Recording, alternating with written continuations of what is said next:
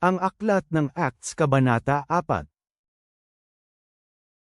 Habang nakikipag-usap sina Pedro at Juan sa mga tao, lumapit sa kanila ang mga pari at ang kapitan ng templo at maging ang mga seduso.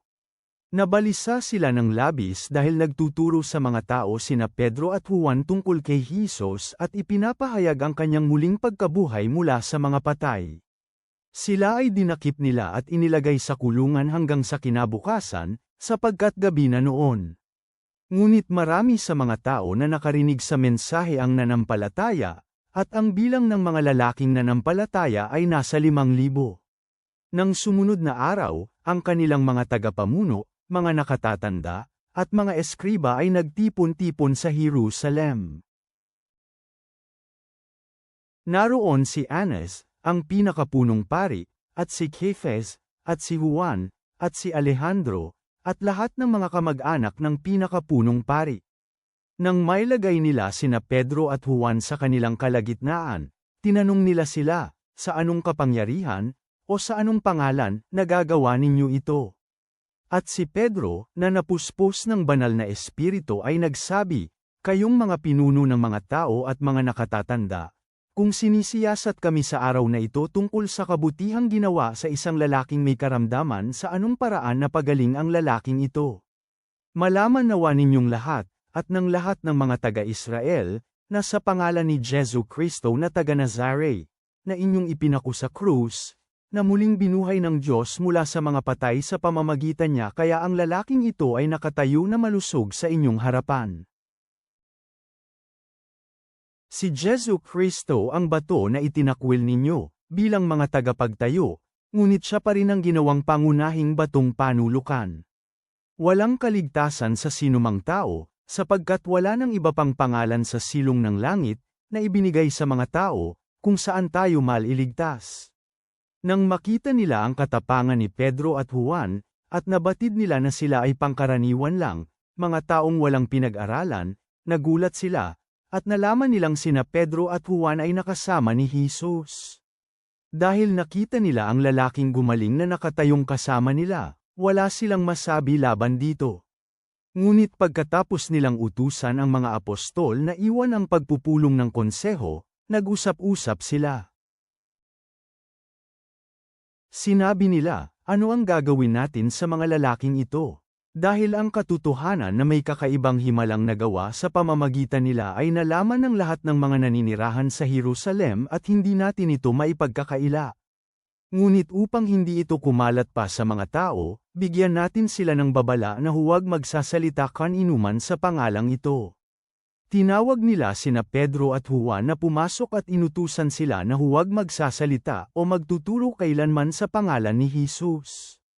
Ngunit sumagot sina Pedro at Juan at sinabi sa kanila, kung tama sa paningin ng Diyos na sundin kayo sa halip na siya, kayo na ang humatol.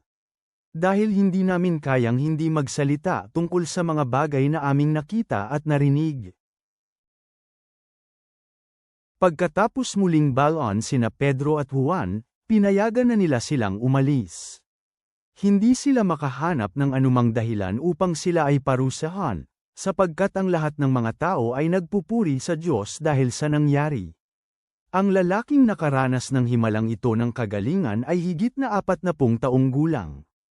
Pagkatapos nilang mapalaya, pumunta sina Pedro at Juan sa kanilang mga kasamahan at ibinalita ang lahat ng sinabi sa kanila ng mga punong pari at mga nakatatanda.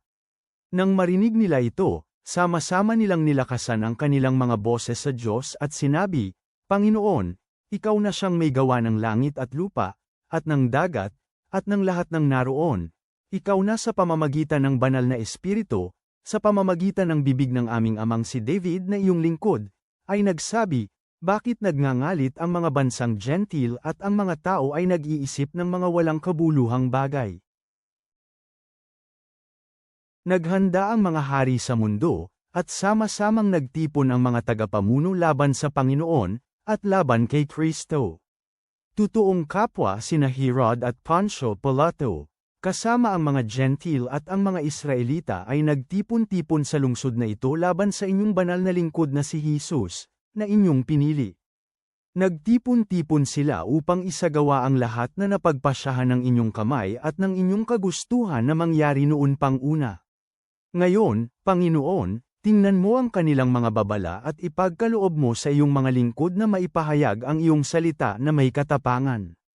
Sa gayon habang iniuunat mo ang iyong kamay para magpagaling, ang mga palatandaan at himala ay mangyayari sa pamamagitan ng pangalan ng iyong banal na lingkod na si Jesus.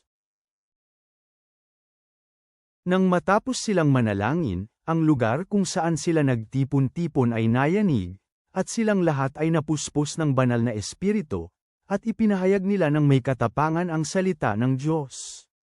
May iisang puso at kaluluwa ang maraming bilang ng mga nanampalataya, at wala ni isa man sa kanila ang nagsabi na anuman ang mayroon siya ay tunay na kanya, sa halip, para sa kanilang lahat ang lahat ng bagay. Ipinapahayag ng mga apostol ang kanilang patuto tungkol sa muling pagkabuhay ng Panginoong Hesus ng may dakilang kapangyarihan, at labis na biyaya ay napa sa kanilang lahat. Wala ni isa man sa kanila ang kinukulang sa anumang bagay, dahil ang lahat ng mga nagmamay-ari ng titulo ng mga lupa o mga bahay ay ibinenta ang mga ito at dinala ang pera ng mga napagbentahan at inilagay sa paanan ng mga apostol. At nangyari ang mga pagbaha-bahagi sa bawat mananampalataya, ayon sa kani-kanilang pangangailangan. Si Jose, na Levita, isang lalaking taga-Cyprus, ay binigyan ng pangalan ng mga apostol na Barnabas, na ang ibig sabihin ay anak ng pagpapalakas loob. Dahil mayroon siyang bukid, ibinente niya ito at dinala ang pera at inilagay ito sa paanan ng mga apostol. Ama naming nasa langit, kami ay lumalapit sa iyo na may pasasalamat sa katapangan ng iyong mga lingkod na nagpahayag ng katotohanan ng Ebanghelyo kahit na may mga pagtutol. Tulungan mo kaming manatiling matatag sa aming pananampalataya, na hindi natatakot na ibahagi ang iyong mensahe ng kaligtasan at biyaya. Naway mapuspos kami ng Espiritu Santo, na nagbibigay lakas sa amin upang magmahal at maglingkod sa iba, kahit nasa harap ng mga hamon. Naway ang iyong salita ang maging lakas namin ngayong araw. Amen.